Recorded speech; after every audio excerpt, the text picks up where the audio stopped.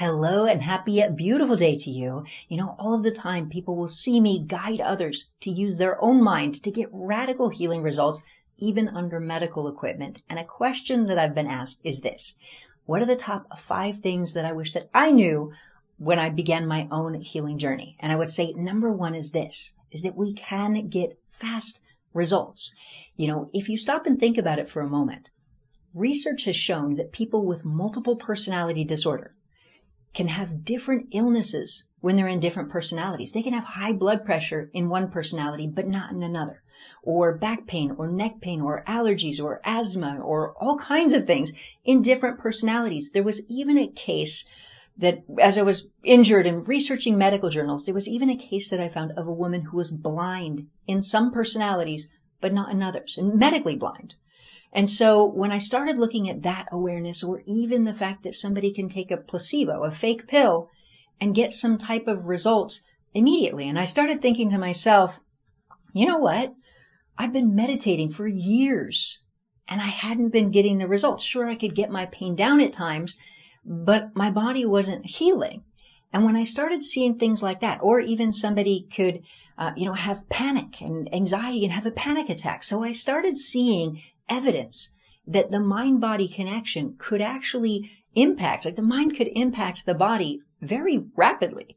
And that's what made me start to understand mind-body healing in a whole new way, that it didn't have to take forever. So that's number 1, that we can get healing results. Now that leads to number 2, which is this, which is that we do really have to make a genuine change though. It basically what happens is when we identify specific patterns in the subconscious mind, that's the key to creating radical healing.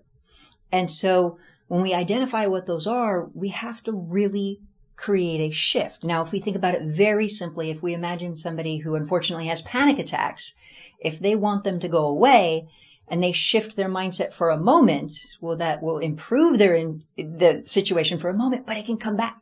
And so that's number 2, is that it does take real change. But when we make that real change, that's when we can have lasting results. Now, I know panic and anxiety attack is a very simple example, but that's the point, is just that we can make changes that really change our health. So that's number 2. Now, number 3 is this, is that our thoughts and emotions really do create our lives more than most people realize. And a simple example, maybe we've heard before that patterns breed more of the same, or maybe unfortunately we've heard a woman with an abusive father might leave him and find the abusive boyfriend, boss, spouse. Unfortunately we've heard that can happen. But when we think about it for a moment, if we think about repetition compulsion or reenactments or attachment theory, or Freud's work, we can look at the awareness that patterns breed more of the same, and it's written throughout psychology, or we could even call it law of attraction or revictimization.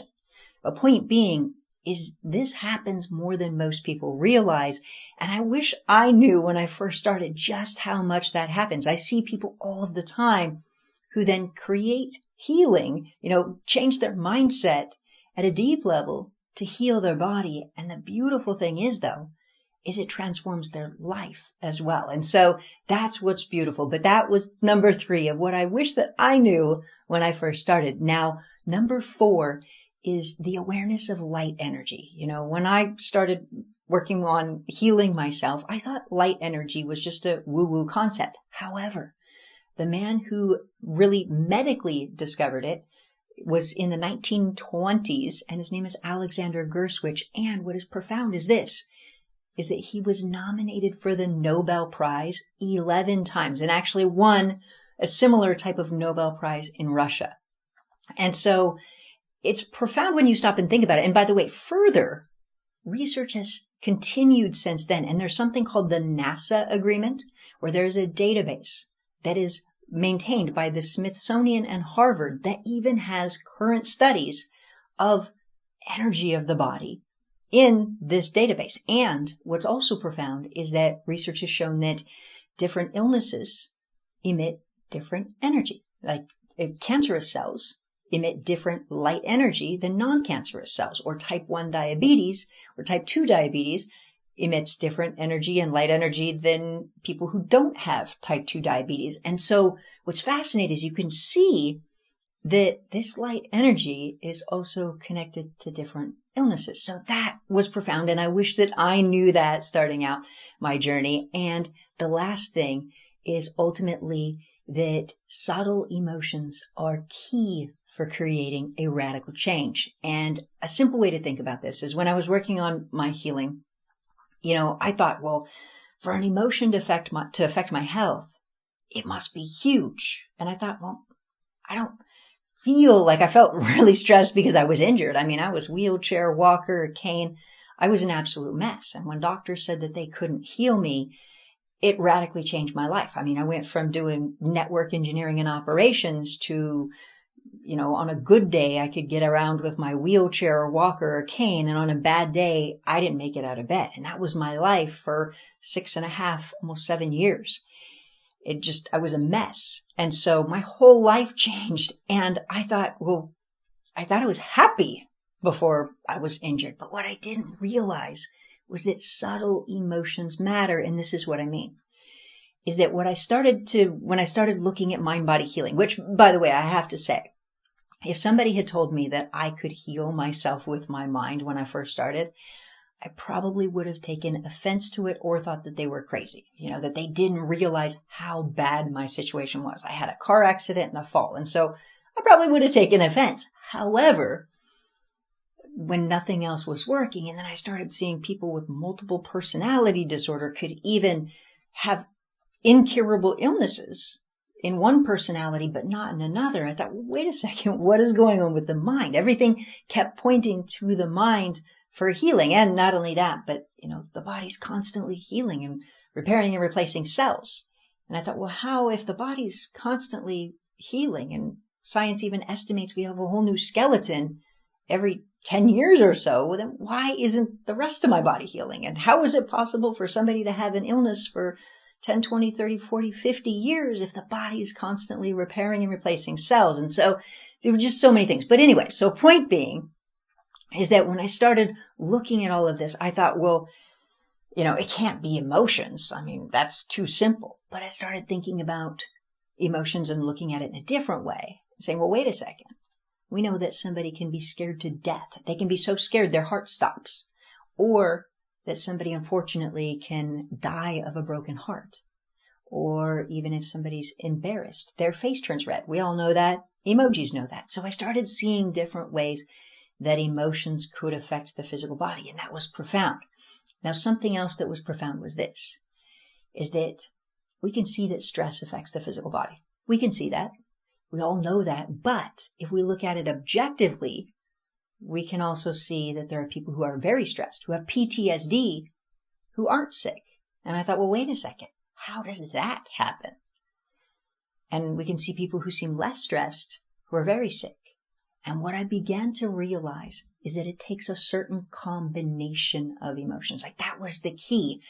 And a simple way to think about it is if somebody wants to make cake and they only have flour, well, they're not going to make cake. But if they have flour and they mix it with eggs and butter, vegan eggs and butter or whatnot, and other ingredients, they can make cake. And if they have completely different ingredients, they will make a completely different meal. And so that's how I saw it was possible for somebody with multiple personality disorder to have different illnesses when they were in different personalities, is because it's different combination of emotions. And by the way, somebody with multiple personality disorder can even have personalities that have no documented health issues whatsoever. And so we can see how those changes can occur. So anyway, so multiple emotions, that was the key. What are the specific emotions? And to give you an idea, in some cases, those emotions might be so subtle. For example, somebody's self-image. A person may see themselves as being somebody who's sick, and they identify as somebody who's sick. That can be a subtle emotion, and that matters too. So somebody might have that identity. So they try to heal themselves and heal, or they try to heal themselves and maybe they get better from one thing and then they end up with another illness or another. And so there's a certain combination, and that was the key. But so too were subtle emotions in general. And what I started to realize was this, was that if I had a subtle emotion today, and I remembered having that same emotion 5 days ago, and 7 days ago, and 8 days ago, it could only mean one thing, that it was stored in my subconscious mind. And our subconscious mind shapes our life, our emotion, like that is where our emotions store up, which that's how our what can affect our body. And so that was key, is when I understood that it didn't have to be some huge emotion, that it could be subtle emotions were also profound. And so that is the fifth thing that I wish I knew when I started out this beautiful journey. And the other thing, if I add in a sixth one, is just how much this whole journey would change my entire life. It literally, I started out on a journey to figure out how to heal myself with diet and supplements and all of the things. And when those didn't work, that's when I started going into the mind. And I wouldn't want to go through my injury again, but I wouldn't take it back either, because the way that it changed my entire life. And so that is my hope for you, is that if you're on this journey, make genuine changes. And when you do, and you master your mind and you create these changes, even the subtle mind programming, but when you address it and you really change it, it's transformative. And the way I look at it is like this, is I call it like a spiritual check engine light, if you will. It's like if you're driving a car and the check engine light comes on, it means that obviously there's something wrong in the car. And the way I see it is that if we're going through life and we have some type of illness, that it's a spiritual check engine light, if you will. It's us needing to tune in to our subconscious mind and see what is off, what pattern is off, what programming is off, and change it. And as we do, we change our health and we also change our lives. And so that, of course, is my hope for you, that if you're working on healing yourself, that you're able to do that, embrace the change, and radically change your life for more happiness, more health, more healing, and more enjoyment in your own life. So it has been a pleasure, and I wish you a wonderful rest of your day.